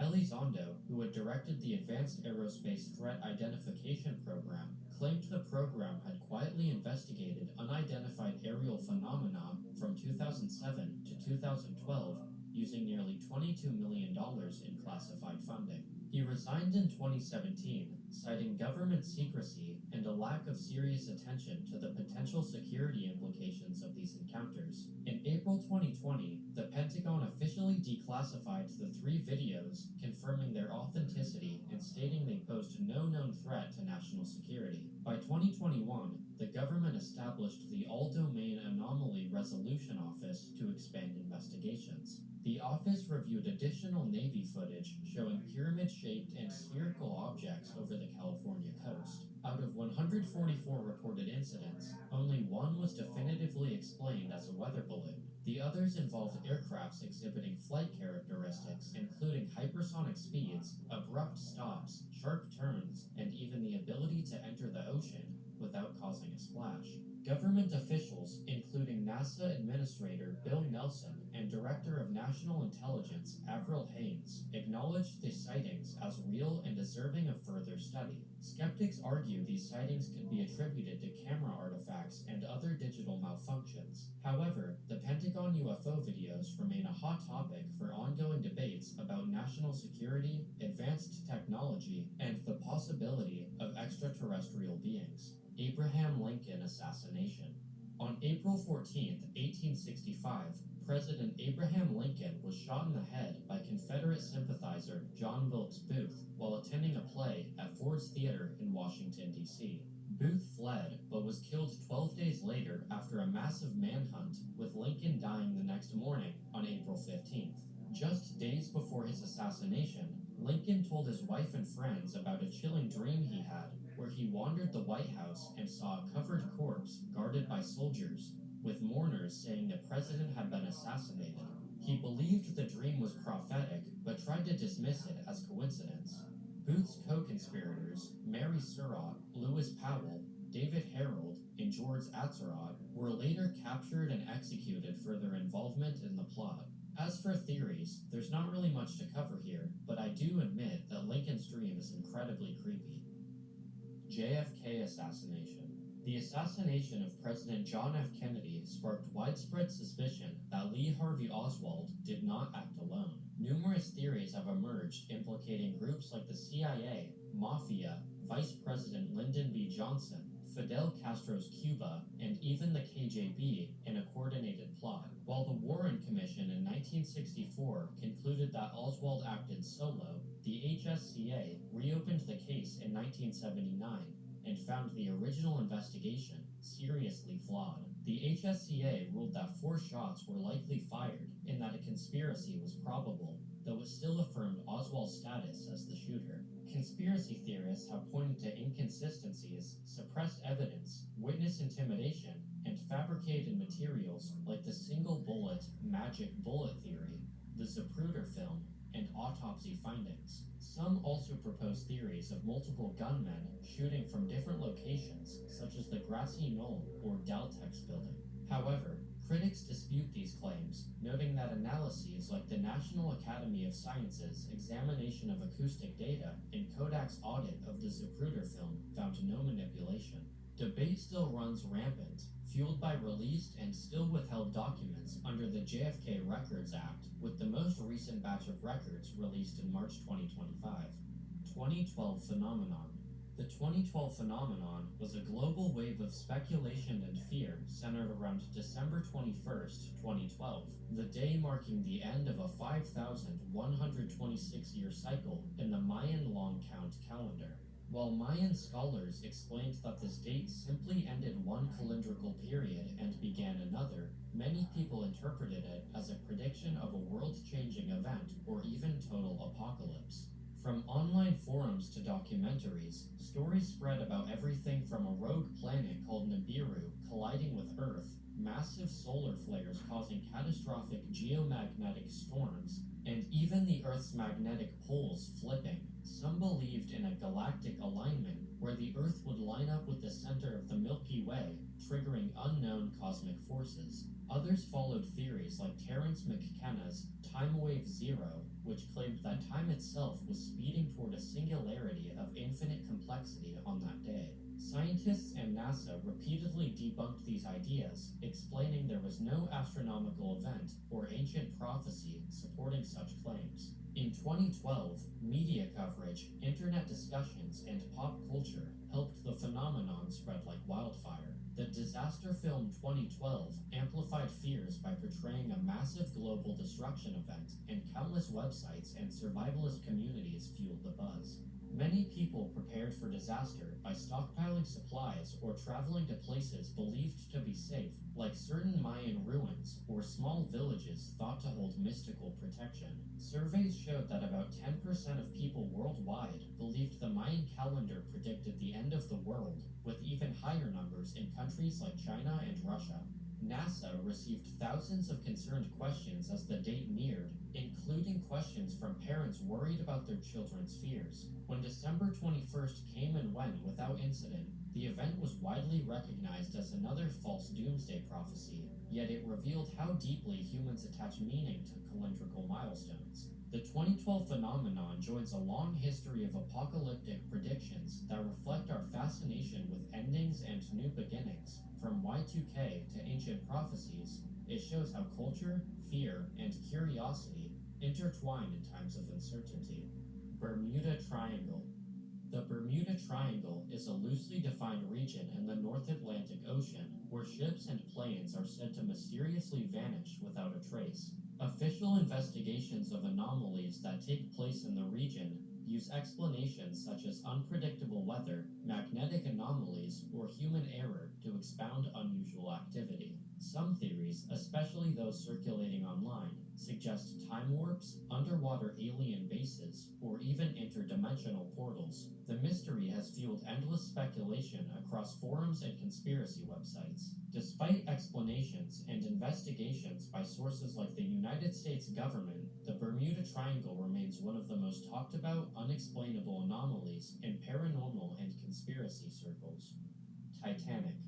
The Titanic was a massive luxury ocean liner built by White Star Line, launched in 1911 and hailed as the largest and most advanced ship of its time. It was designed to be the ultimate symbol of comfort and modern technology, promising a flawless transatlantic crossing between England and New York. On its maiden voyage in April 1912, the Titanic struck an iceberg and sank in the North Atlantic, resulting in the deaths of over 1,500 people and becoming one of the deadliest maritime disasters in history. The event shocked the world and sparked countless investigations, documentaries, and theories that have captured public imagination for over a century.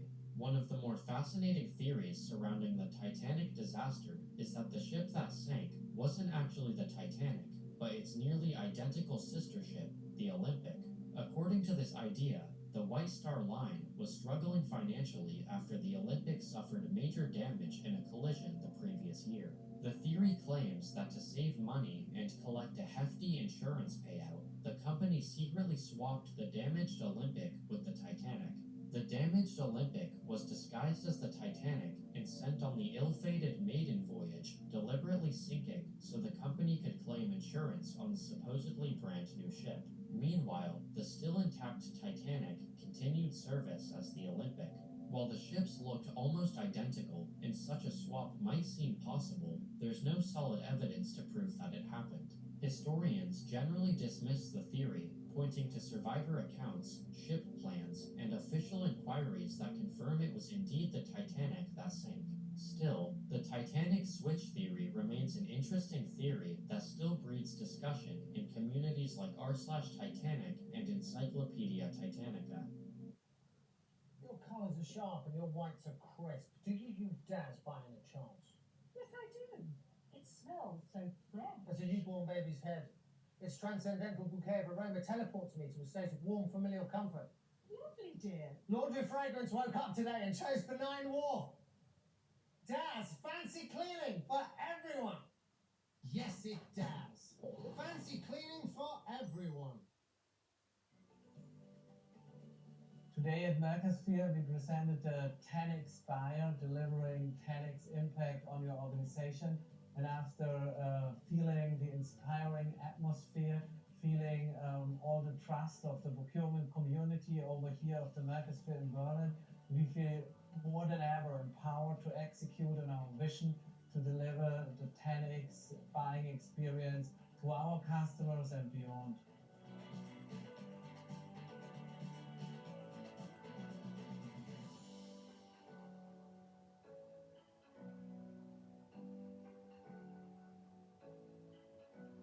Cypher Hunt. The Cypher Hunt was an ARG created by storyboard artist and voice actor Alex Hirsch, creator of the animated series Gravity Falls. The ARG was an international scavenger hunt, with the end goal being to find the real-life statue of the series' antagonist, Bill Cipher. The hunt involved retrieving and decoding clues hidden in various locations around the world. The Cypher Hunt began on July 20th, 2016 in St. Petersburg, Russia, and finished on August 2nd in a forest in Reedsport, Oregon, where the final statue was found. There's a lot to cover in regard to the logistics of the scavenger hunt and how all of it went down, which would make this entry way too long. If you're interested in hearing more about how this ARG played out, I definitely recommend watching Blame It on Jorge's video on the subject after this one, as it explains everything that I haven't. Universal S. The Universal S is a simple, stylized letter S that became a universal doodle for school kids in the late 20th century. It's easy to draw, endlessly repeatable, and somehow ended up on notebooks, desks, and bathroom walls across the world. Despite its popularity, no one really knows where it came from, which has turned it into a piece of modern folklore. Over the years, many have assumed it was linked to pop culture or brands, like Superman's emblem or the clothing label Stussy, but none of these explain its origins. Superman's logo is a diamond, and Stussy has denied any connection to the Universal S originating from them. Some theories even tied it to Sereños gang members, but credible detectives say it has no affiliation. The oldest verified appearances of the Cool S are in 1970s graffiti photos from Los Angeles and New York. However, the YouTuber Lemmy has traced its shape even further back to a geometry textbook from 1890 called Mechanical Graphics, where it appears as a drawing exercise. There are also similar motifs in 14th century Cairo tile work and in Hans Holbein's 1533 painting, The Ambassadors. In the end, the Cool S seems to be kind of a cultural phenomenon, shared not through media or branding, but from mouth to mouth over decades. The Lonnie Zamora Incident. The Lonnie Zamora Incident was an alleged UFO sighting that occurred in 1964 near Socorro, New Mexico, when police officer Lonnie Zamora claimed that he saw two people beside a shiny object that later rose into the air, accompanied by a roaring blue and orange flame. Zamora's claims were subject to attention from news media, UFO investigators, and UFO organizations, as well as the U.S. Air Force's Project Blue Book, listing the case as, quote, unknown. Conventional and official explanations of Zamora's claims include a lunar lander test by White Sands Missile Range and a hoax by New Mexico Tech students. Zamora told authorities that he was pursuing a speeding car when he, quote, heard a roar and saw a flame in the sky to southwest some distance away, possibly a half mile or a mile. Believing that a local dynamite shack might have exploded, Zamora said he discontinued the pursuit and investigated the potential explosion. Zamora claimed to have then seen two people in white overalls beside a shiny object, who he would later describe as being, quote, normal in shape, but it's possible they were small adults or large kids. Zamora claimed to hear a roar and see a blue and orange flame under the object, which then rose and quickly flew away. UFO skeptic Stuart Campbell has suggested that everything seen and heard by Zamora and fellow witnesses was, quote, almost certainly a mirage of the star Canopus. It has also been suggested Zamora witnessed the testing of a lunar landing device by personnel from the White Sands Missile Range. Skeptic Philip J. Klass, who visited Socorro several years after the incident, claimed that the entire event was part of a conspiracy plot by the municipal government to increase tourism. Despite countless theories explaining the incident emerging over the years, there has been nothing conclusive and the event is still largely a mystery. Lonnie Zamora died on November 2nd, 2009 in Socorro at 76 years old. The SCP Foundation. The SCP Foundation is an online collaborative fiction project centered around a secret global organization tasked with securing, containing, and protecting humanity from anomalous objects, creatures, locations, and phenomena. Known simply as SCPs, these anomalies range from bizarre and harmless to terrifying and world-ending. The website presents itself as an in-universe archive of the Foundation's classified documents, each file detailing a specific SCP's origins, dangers, and how it's contained. The tone is encyclopedic and clinical, most documents being filled with redactions, security clearance levels, and ominous warnings, which gives the content this eerie authenticity despite its fictional nature.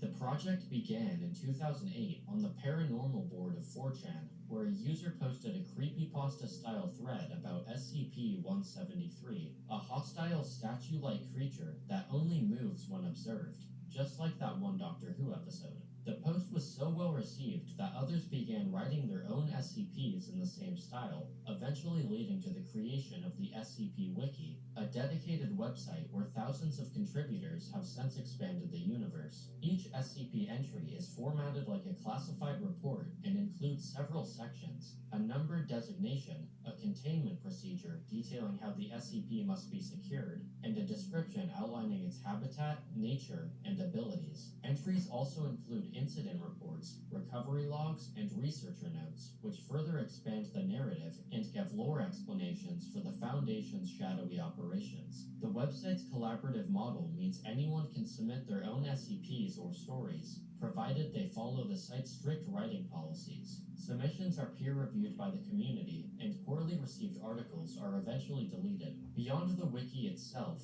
the SCP Foundation has inspired fan games, animations, YouTube channels, and even indie films, making it one of the internet's most expansive and influential pieces of collaborative storytelling. At its core, the SCP Foundation is an evolving world where horror, science fiction, and dark humor coexist. It explores themes of secrecy, ethics, and humanity's relationship with the unknown, all wrapped in a cold professional tone that makes the absurd feel real. 301. 301 is referring to an old anomaly on YouTube where new videos would have their number of views increase until suddenly stopping at 301, until they would unfreeze after about a day and continue to rise. While many users thought that this was a bug, it was actually an intended feature in YouTube's web design as a measure to prevent view bots and make sure that every view being counted was legitimate. If you're curious to learn more, Numberphile has a great video on the topic that explains the whole thing with questions answered by a YouTube employee. There's actually an Easter egg included in this video by YouTube staff who thought it would be funny to permanently log the views at 301. Yay Video Games. Yay Video Games was a Reddit user who seemingly went insane over the course of 4,000 Reddit posts that he created, which featured variations of the same phrase thousands of times. Yay Video Games also posted strange images until he was eventually banned from the site. The story has been covered by countless YouTubers and is thought of as one of the internet's weirdest unsolved mysteries. It started when a Reddit thread was created in 2010 by user I Wish I Was a Meme, asking users to list some of their favorite Oblivion mods. In the comments, Yay Video Games posted the following. The uninstall button. The game is great and all that, but God, it is hard to fully remove all the junk it leaves behind on your system. You really need to check out that mod when the time comes to get rid of it. Otherwise, I think Oscuro's Oblivion overhaul is a nice start. When another user asked Yay Video Games for clarification on what he meant, he went on to write, the uninstall button. The game is great. Ubisoft goes Steamworks bye-bye, always on DRM. But you oft go work, always on work DR. Check out the junk it leaves behind in you. Yay Video Games then spammed the thread over 4,000 times in just the span of a few hours, with variations on the phrase Ubisoft goes Steamworks bye-bye, always on DRM. He then went on to delete his account. This dumbfounded Redditors and went unsolved for years, with users speculating that he simply suffered from severe mental illness, offering explanations such as schizophrenia. Eventually, someone dug into Yay Video Games' post history, finding that he posted on another subreddit, r/cleanliness. When looking through the subreddit, a post created by a different user would be found. The post was titled Zelda, and the comments featured spam messages with strange repetitive verbiage and embedded links. The manner in which these posts were made were very similar to Yay Video Games. Multiple accounts were found that in one way or another linked back to Yay Video Games and are presumed to be created by the same person. All of the profiles had the same patterns of intense repetition. One of the profiles, Not Sure How Big You Are, frequently made posts on subreddits related to pharmaceutical drugs, particularly about his struggles with them. One of Not Sure How Big You Are's posts would reveal that he suffered from extreme chronic pain, was overly medicated, and was an ex-Jehovah's Witness. In another post, he said that his chronic pain left him completely bedridden. He was, quote, unable to feel pleasure, suffered from restless leg syndrome, was highly delusional, and was prescribed antipsychotics by a doctor. He also explained that because of his history as a Jehovah's Witness, he believed that actual demons were roaming the earth and manifesting themselves in everyday life, saying that he thought he actually encountered a demon once, and that they were watching him in his dreams. Based on his post history explaining what he's been dealing with throughout his life, and his extremely bizarre behavior with repetition and spamming, it's pretty safe to assume that Yay Video Games was suffering some sort of delirium related to his chronic fatigue syndrome. This delirium was then made far worse by the copious amounts of prescription and non-prescription drugs that he posted about taking on other accounts, leading to his insane behavior. His original Yay Video Games account was deleted, and all of his other alternate accounts' activity ceased around 2012. Liminal spaces. Liminal spaces are spaces where reality feels altered. Liminal spaces are most commonly defined as transitional spaces that provoke discomfort. The term liminal is defined as, quote, occupying a position at or on both sides of a boundary or threshold. Images of these uncomfortable, creepy, and nostalgic photos have become massively popular online in the last 4 to 5 years. A lot of these photos depict things like old office spaces, schools with empty hallways, or playgrounds at night. A common theme amongst these images is how they often show spaces that are normal parts of everyday life with an altered perspective. A playground at night removes the innocence and expected context of children that would normally inhabit that space with a darker and more unsettling perspective. Other examples, like airports with no people around, just highlight the weird feeling that locations devoid of people give you. Some of the photos are more unexplainable and may just give you that creepy vibe. The most famous example of a liminal space, which also has a separate entry on this iceberg, is the Backrooms, which originally spawned from a 4chan thread that later evolved into a more developed creepypasta. Every copy of Super Mario 64 is personalized. The theory that every copy of Super Mario 64 is personalized suggests that the game adapts uniquely to each player through an experimental artificial intelligence. According to believers of the theory, this AI modifies level layouts, textures, enemy placements, music, and even pulls unused or beta assets to tailor your experience, creating the infamous line, "No two copies of Super Mario 64 are truly identical." Many players claim that playing someone else's cartridge feels strangely unfamiliar, as if the game simply rearranged itself for them. This theory gains traction from anomalies like the infamous Wario apparition, a distorted, nightmarish version of Wario said to chase Mario in some copies. Others report odd HUD changes, secret rooms in Peach's castle, and even dynamic level rearrangements that increase or lower difficulty. The core idea is that Nintendo acquired this adaptive AI in 1995, tested it in pre-release builds, but quietly suppressed it after playtesters reported disturbing occurrences. The ROM and Virtual Console re-releases and spread online through piracy are assumed to be sanitized versions stripped of the AI. Skeptics argue the theory is a collective illusion similar to the Mandela effect, where people's childhood memories of glitches or cartridge damage are misremembered as deliberate game design. Others suggest widespread hacked ROMs or cartridge tilting could explain minor anomalies, but fail to account for the more extreme changes players describe. Some fans believe the AI is benevolent, meant to keep the game endlessly replayable, while others view it as something darker, an algorithm that grew beyond Nintendo's control, which needed to be scraped from existence by the Nintendo ninjas in each re-release following the original. Whether real or imagined, this theory is another contributing factor to Super Mario 64's endless popularity and remains one of gaming's most infamous urban legends. XKCD. XKCD is a stick figure comic by Randall Munroe. It generally doesn't have a continuing plotline or continuity. Most of the jokes in the comics are based on math, physics, science, Unix, memes, as well as romance and sex. The comic erupted in popularity in 2006 when other webcomics such as Dinosaur Comics began linking to it. Since then, it has been among the most well-known of webcomics. Max Headroom Signal Hijacking. Hi guys, I'm Rylan, the brand new head of holidays at Jet2 Holidays, which means a load of this. And a lot of fabulous research. Come on, I know you're interested.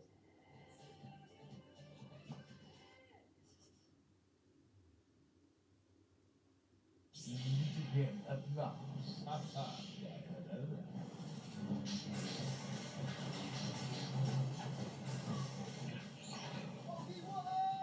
Your squeeze weak, old man.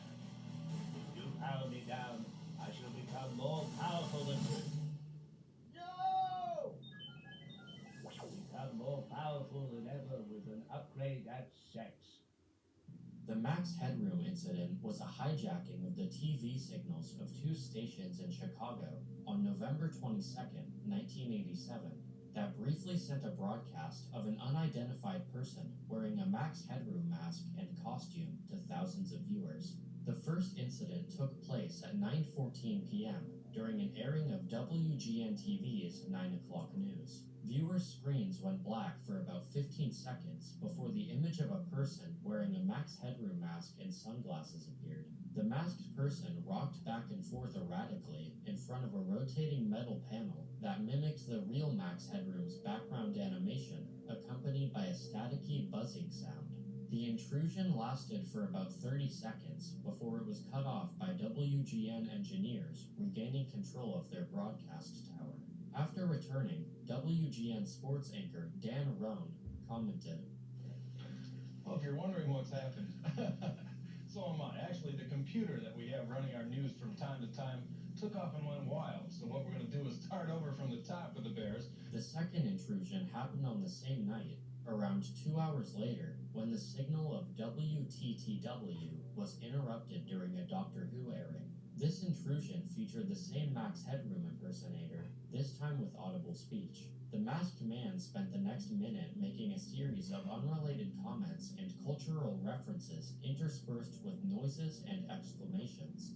He then called WGN sportscaster Chuck Swirsky a, quote, frickin' liberal, held up a can of Pepsi while referencing the Catch the Wave Coca-Cola slogan, and held a middle finger to the camera inside a hollowed-out dildo. He made some more pop culture references before showing his bare ass to a female figure wearing a French maid costume that would proceed to spank him with a fly swatter. The WTTW technicians couldn't stop the signal takeover because there were no engineers working at the broadcast tower at that time of night. The intrusion lasted about 90 seconds and suddenly ended when the hijackers unilaterally ended their transmission. Despite an official law enforcement investigation being launched in the immediate aftermath of the incident, as well as multiple unofficial investigations and decades of online speculation, the identities and motives of the hijackers remains a total mystery. Markovian Parallax Denigrate. In August 1996, multiple Usenet message groups were bombarded with hundreds of cryptic messages using the subject title Markovian Parallax Denigrate. The messages looked like someone had taken a dictionary and scanned it while flipping through its pages, resulting in these massive walls of gibberish.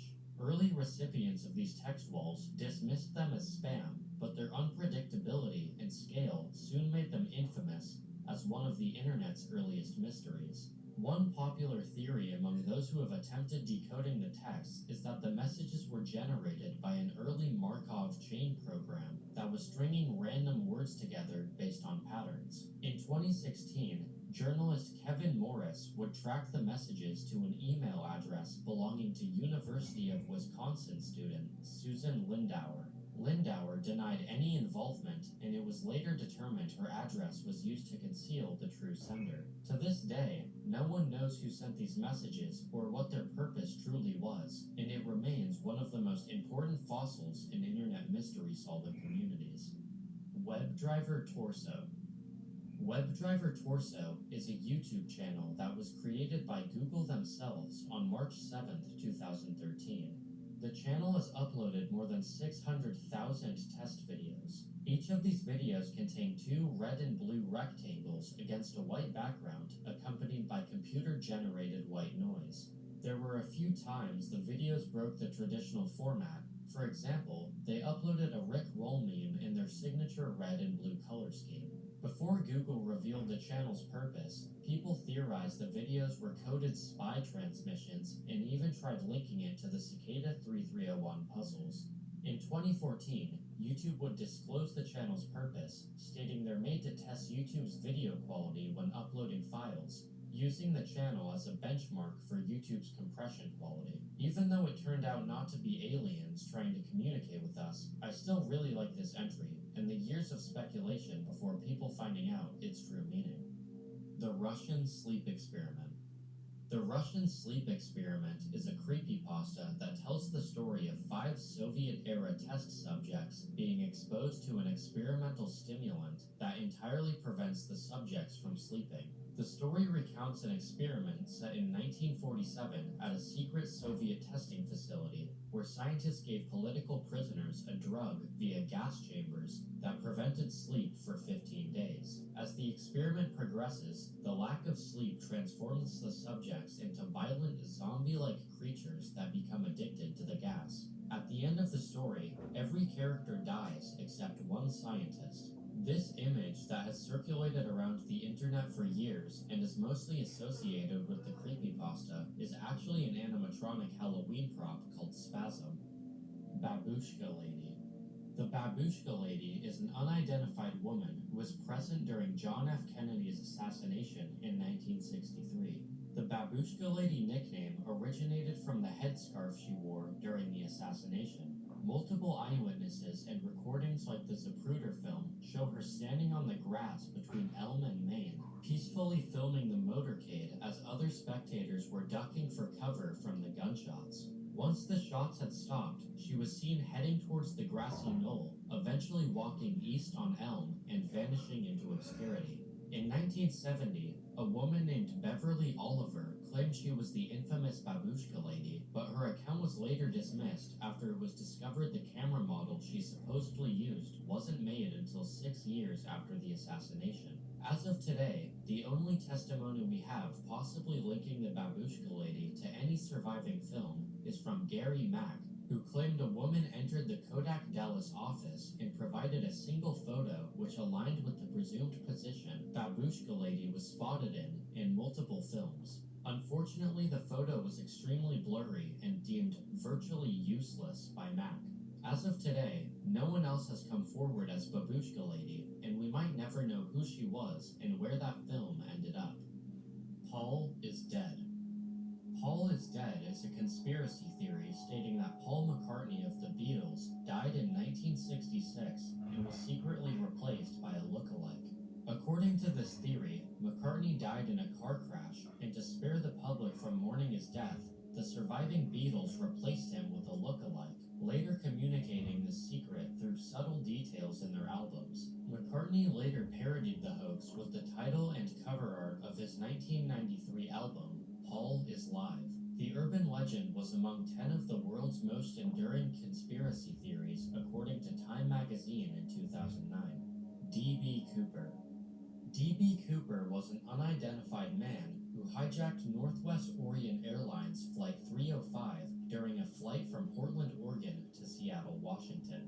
During the flight, Cooper told a flight attendant that he had a bomb and demanded $200,000 in ransom, the equivalent to over $1.5 million today, as well as demanding 4 parachutes upon landing in Seattle. After they landed in Seattle, passengers were released and Cooper instructed the flight crew to refuel the aircraft and begin a second flight to Mexico City with a refueling stop in Reno, Nevada. About 30 minutes after taking off from Seattle, Cooper opened the aircraft's aft door, deployed the staircase, and parachuted into the night over southwestern Washington. Cooper's true identity and whereabouts have never been determined. In 1980, a small portion of the ransom money was found along the riverbanks of the Columbia River in Washington. The discovery of the money renewed interest in the mystery, but yielded no additional information about Cooper's identity or fate, and the remaining money has never been recovered. For 45 years, the FBI maintained an active investigation and built an extensive case file, but ultimately did not reach any definitive conclusions. The FBI speculates that Cooper didn't survive his jump for several reasons, those being the inclement weather, Cooper's lack of proper skydiving equipment, the forested terrain into which he jumped, his lack of detailed knowledge of his landing area, and the disappearance of the remaining ransom money, suggesting that it was never spent. In 2016, the FBI officially suspended their investigation, although reporters, enthusiasts, professional investigators, and internet sleuths continue to pursue numerous theories for Cooper's identity. The most compelling suspects still discussed in the D.B. Cooper case include Vince Peterson, recently identified by investigator Eric Eulis due to rare titanium and stainless steel particles found on Cooper's ties, linking him to a specific Pennsylvania steel plant. Robert Rackstraw, a decorated Vietnam veteran and conman, was heavily scrutinized for years due to his background and possible code messages tied to the case, although he was officially dismissed.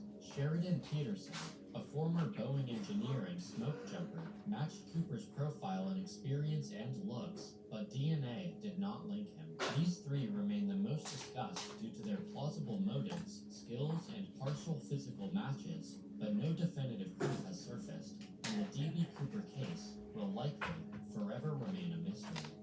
Richard Chase. Just a warning, this next entry is incredibly disturbing and recounts one of the most depraved screens of violent crime in the United States history. If you don't want to hear about this kind of stuff, skip to the timestamp on the screen. Richard Chase was a serial killer and cannibal who killed 6 people in Sacramento, California from December 1977 to January 1978. Richard was nicknamed the Vampire of Sacramento because he drank his victims' blood and cannibalized their remains. Richard suffered with pervasive mental health issues most of his life, being officially diagnosed with paranoid schizophrenia that was worsened by the amount of illegal drugs that he frequently took. His mother was also a very paranoid person, causing instability in his childhood that would later manifest in his adult behavior. He was involuntarily institutionalized multiple times because of his mental problems, with the staff of one of the institutions nicknaming him Dracula because of his fixation on blood. He frequently killed animals while in the facility and extracted blood from therapy animals with stolen syringes. After receiving basic care and medication during his time as a patient, he was released to his mother's custody to the dismay of the staff that were caring for him. After his release, Richard purchased a pistol in December 1977 and lied about his history of mental illness to do so. In December of that year, Richard killed his first known human victim, a 51-year-old Ambrose Griffin, in a drive-by shooting. The shooting baffled law enforcement, who viewed it as being a random, motiveless crime, and investigation yielded no arrests. In January of 1978, Richard broke into the house and shot Teresa Wallen, a woman who was 3 months pregnant. After shooting her, he mutilated her body and committed other atrocities to the corpse that cannot be talked about on YouTube. Detectives that saw the corpse later said that the terrified expression on her face continued to haunt them for years. 4 days later, on January 27th, Richard entered the home of a 38-year-old Evelyn Moreau and murdered everyone inside the building. Richard stated that he was semi-conscious while carrying out the killings, so the exact timeline of events is unclear. Richard shot family friend Dan Meredith in the head near the door, as well as fatally shooting Evelyn and her 6-year-old son Jason, as well as her 22-month-old nephew David Ferreira, before committing similar atrocities to Evelyn's body that he did to Teresa Wallen. When detectives showed up at the crime scene, there was a bathtub full of blood, which Richard is speculated to have been bathing in. He fled from the scene with a 22-month-old baby, later eating his body and drinking his blood. When the FBI created a profile for Richard and later found his apartment, the entire interior was soaked in blood. For the dates of the Wallen and Moreau murders, he had written the word today on the calendar, with the word today being written on 44 more dates throughout 1978. He was arrested and stood trial on 6 counts of murder. His defense attorney, Ferris Salome, said in 2010 that Richard Chase was one of the most deranged people he had ever met. He was found guilty of 6 counts of first-degree murder and was sentenced to death. In 1980, Richard Chase was found dead in his prison cell, with an autopsy revealing that he had died from an overdose of drugs prescribed to treat depression and hallucinations, which he had been secretly hoarding in his cell, unknown to officers. Fan death. Fan death is the idea that people have died as a result of running an electric fan in a closed room with no open windows. The logistics of fan death are impossible due to how electric fans operate, but belief of this phenomenon persisted to the mid-2000s in South Korea and to a lesser extent in Japan. Some versions of fan death suggest that the fan somehow sucks out the oxygen in the room, while others claim it cools the body so much during sleep that it causes hypothermia and death. Where the idea of fan death originated from is unclear, but fears about electric fans date back to their introduction in Korea, with stories dating back to the 1920s and 30s, warning of the risks of nausea, asphyxiation, and facial paralysis from the new technology. In 2006, a South Korean government agency issued a consumer safety alert warning that, quote, asphyxiation from electric fans and air conditioners was among South Korea's 5 most common summer accidents or injuries, according to the data they collected. Fan death remains a really strange example of how urban legends can be perpetuated by cultural superstition and government misinformation for decades. Kennedy Curse. The Kennedy Curse refers to the series of deaths, accidents, assassinations, and other events that occurred involving family members of the Kennedy family. The alleged curse has primarily affected the descendants of Joseph Patrick Kennedy Sr., but it has also affected family friends, associates, and other relatives. Political assassinations and plane crashes have been the most common manifestations of the curse. There's an incredibly long list of things that have happened to members of the Kennedy family, and I'm not going to go over all of them in this entry, as it would make this video way too long, but there's plenty of videos on YouTube covering everything, so if you're interested, I would definitely go check them out after this video. Jetpack Man. Jetpack Man is an unknown person or object that has been seen flying what appears to be a jetpack around the Los Angeles area at least 5 times from 2020 to 2022. Multiple airplane pilots have reported seeing the Jetpack Man at altitudes around 5,000 feet. The first sighting occurred on August 30th, 2020, when 2 different airline pilots reported seeing, quote, a guy in a jetpack hovering near LAX airport at 3,000 feet. In November of the same year, an LAPD helicopter crew recorded a video of what appeared to be a balloon of Jack Skellington from The Nightmare Before Christmas. The behavior of the balloon was similar in the footage to the Jetpack Man, and this sighting has been used to explain what pilots might have reported seeing. On October 14th, 2020, China Airlines pilots reported seeing a, quote, flying object like a flight suit jetpack at 6,000 feet during their approach to LAX. A 4th sighting took place on December 21st when a pilot and flight instructor captured the first video of the flying object at around 3,000 feet near Palos Verdes and Catalina Island. The academy the flight instructor worked for posted the video to their Instagram account, commenting, "The video appears to show a jetpack, but it could also be a drone or some other object. If it is a guy in a jetpack, then it remains to be seen whether it is a legal test flight or related to the jetpack sightings near LAX recently that caused disruptions to air traffic." A 5th sighting took place on July 28, 2021, when another pilot reported seeing a flying object that looked like a man in a jetpack, roughly 15 miles off the California coast at around 5,000 feet. In air traffic control communications, the flying object was referred to as, quote, the UFO and Iron Man. A 6th sighting of Jetpack Man occurred in June 2022, 15 miles east of LAX at about 4,500 feet. No official investigation has concluded what the Jetpack Man was, and no sightings have been reported since the final sighting in June of 2022. The Battle of Los Angeles. The Battle of Los Angeles is the name given to a rumored attack on the United States by Imperial Japan and the subsequent anti-aircraft artillery barrage which took place from late February 24th to early February 25th over Los Angeles, California. The event happened less than 3 months after the U.S. entered World War II in response to the Pearl Harbor attacks and 1 day after another attack carried out by Japan near Santa Barbara. On February 24th, 1942, the Office of Naval Intelligence issued a warning that an attack on mainland California would be expected within the next 10 hours. Air raid sirens sounded at 2:25 a.m. throughout Los Angeles County. A total blackout was ordered and thousands of air raid wardens were summoned to their positions. At 3:16 a.m., the 37th Coast Artillery Brigade began firing 50 caliber machine guns and 13-pound anti-aircraft shells into the air at reported aircraft. With over 1,400 shells eventually being fired, the artillery fire continued until 4:14 a.m. when the all clear was sounded and the blackout order was lifted at 7:21 a.m.